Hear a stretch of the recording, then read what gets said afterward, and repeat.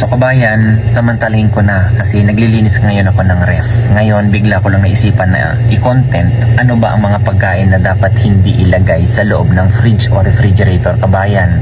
Baka ikaw na nanonood, lahat ng mga condiments mo nandyan sa loob ng mga refrigerator nyo o fridge nyo. Ito ang mga pagkain na dapat hindi inilalagay sa loob ng fridge, kabayan. Una, kapag ikaw mahilig siyempre ng mga prutas, kaya ng saging. Ang saging, napansin nyo kapag nilalagay nyo sa loob, yung balat niyan, umiitim. Kung ikaw mahilig maglagay ng avocado na unripe sa loob ng fridge, tumitigil po ang paghinog niyan. Okay? Ang maganda sa mga ganyan, avocado, ilagay mo muna sa room temp. Pag nahinog, kung gusto mo na ma-preserve, saka mo ilalagay sa loob ng fridge para it is for future na pagkain mo na yan. Kung ikaw mahilig din maglagay ng patatas, ang patatas, kabayan, nagbabago po ang starch niyan. Hindi mo alam, no? Ikaw mahilig ka maglagay ng patatas sa loob ng ng fridge mo. Kamatis, kapag ikaw naglagay ng kamatis sa loob ng fridge, kabayan, nawawala po ang right na taste niyan o yung tamang lasa. Okay? Condiments, bawang, kapag ikaw naglagay ng bawang dito sa loob ng fridge, kabayan, pansin mo mabilis lumambot, hindi na kaganon pagka inilagay mo lang sa room temp. Okay? Na free flowing yung hangin, maaliwalas, ganyan. Hindi siya gaganon ka lutong, ka crisp. Okay? Ang mga ganyang condiments, kabayan, dapat nakalagay lang yan sa labas na well ventilated talaga.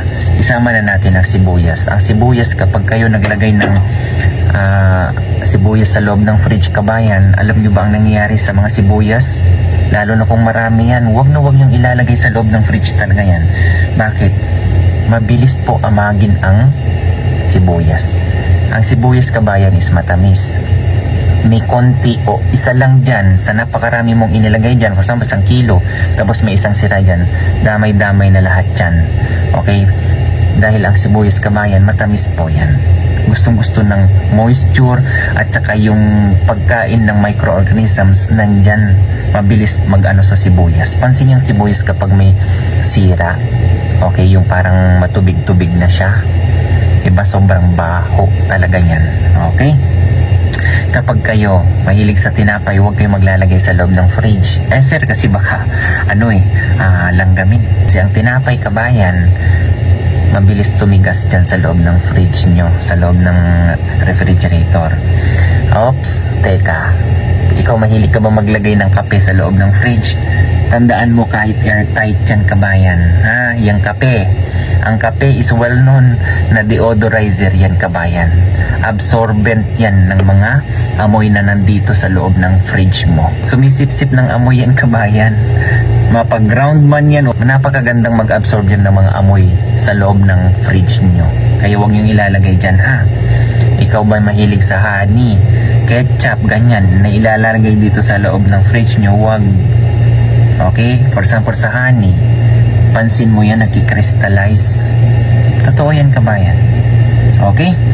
So, marami pa. For example, ito, good example, luya. Pag naglagay ka sa, pinag-experimentuhan ko to, kabayan. Naglagay ko ng luya dito sa, tinan nyo, mamasa-masa yung, mamasa-masa yung balat niya.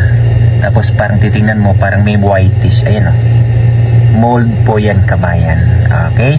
So, huwag nyo pong ilalagay ang mga ganito dyan sa loob ng fridge nyo, ha? Dahil ito, mabilis po ito kapag nasira yan, nakapitan ng microbes. Gustong-gusto ng microorganisms yan. Okay? Ang maganda sa mga ganito, yung bawang, sibuyas, luya, ganyan, condiments, nakalagay yan sa may tamang lagayan. For example, meron kayo dyan, yung at kapag kayo nag-i-store ng mga ganito, for example, dun sa balat ng bawang o kaya balat ng sibuyas na luma, pagsama-samahin nyo lang po dyan at huwag nyong lilinisin, ilagay nyo lang po doon. Mas mape-preserve ng matagal ang mga ganitong condiments kapag meron nyo mga ganon.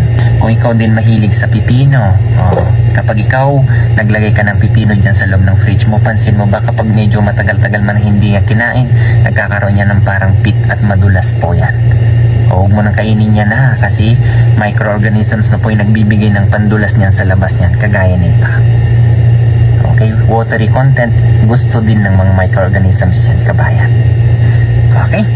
So, isang paalala lang po yan, kabayan, na baka ikaw mahilig ka maglagay ng mga ganyan sa loob ng fridge mo. Baka yan ang dahilan kung bakit yan nagkakasakit ka. Okay? Bye-bye.